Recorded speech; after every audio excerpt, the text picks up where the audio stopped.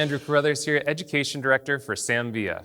Fringe is one of our greatest opportunities to make a big impact on many of our guests. And this particular fringe is going to be a great one for adding a lot of texture and a lot of movement with a nice tilt for a focal point. So the way that we're setting this up is the first thing is to part off the area that is going to become the fringe. We want to be really careful and make sure that we're not including hair that actually wants to sit more to the side, or vice versa, possibly not bringing hair forward into that fringe area that really wants to live in that. So we did a nice blow dry, just a wrap dry to see what the natural movement was going to do, and then just parted off this little triangular area that creates our fringe. Our first section is going to start over her right eye. If I want it to go from short to long, from right to left, I'm going to start over the right. If I want to reverse it, I'm just going to start on the left-hand side. I'm going to take a vertical section just coming off of the top of that triangle. And what we're going to do is we're going to elevate it to 90 degrees to the actual head shape. Now, the reason we're going to do that is because we want to actually layer this as we're cutting.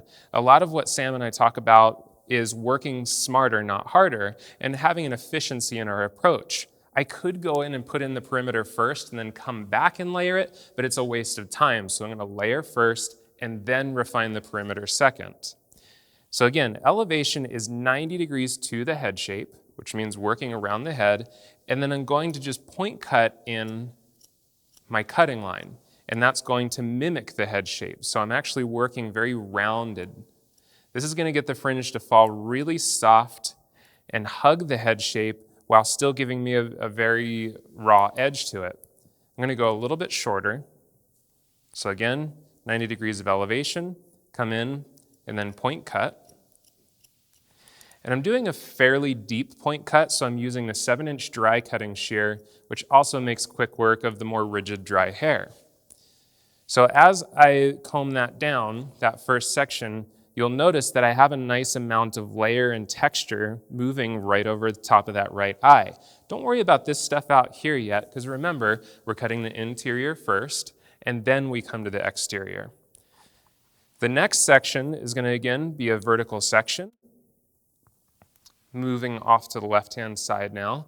And my first section is going to become a stationary guide. So my over direction is always working back to that original point.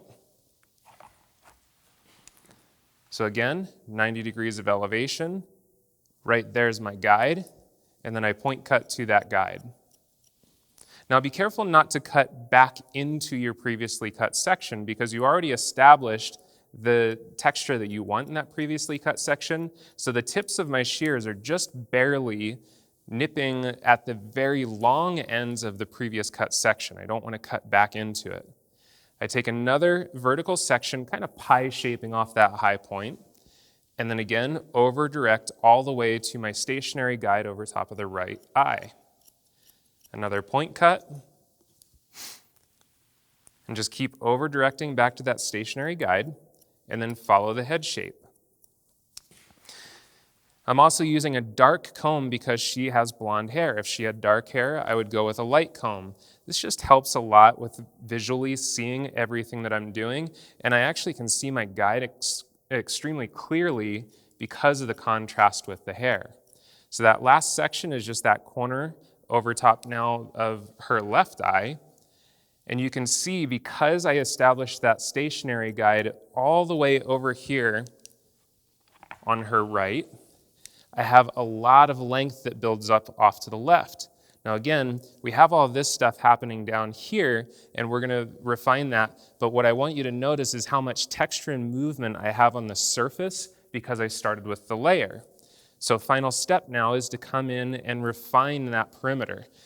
This is cool because you also have the options of leaving it kind of longer and turning it into more of a swept fringe, or at this point we can also come in and really create a statement by going a little shorter.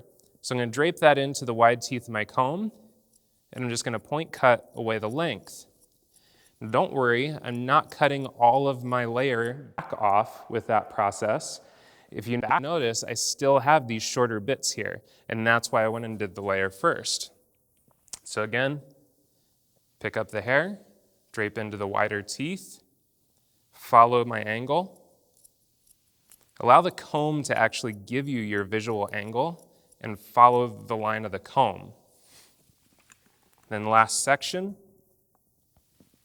we'll pick up that last piece, drape into the comb, follow the angle, and then take off that last little bit of length.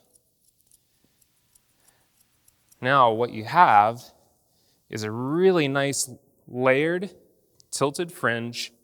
Again, starting with that interior part, creating my layer first, and then refining the perimeter. So all it would take now is just a really soft bevel from the sleeker iron to give her a nice finish, and then some shine flash, and that's how you achieve a tilted, layered fringe, really quick, really simple. Thanks for watching. Once again, Andrew Carruthers here, Education Director for SAM.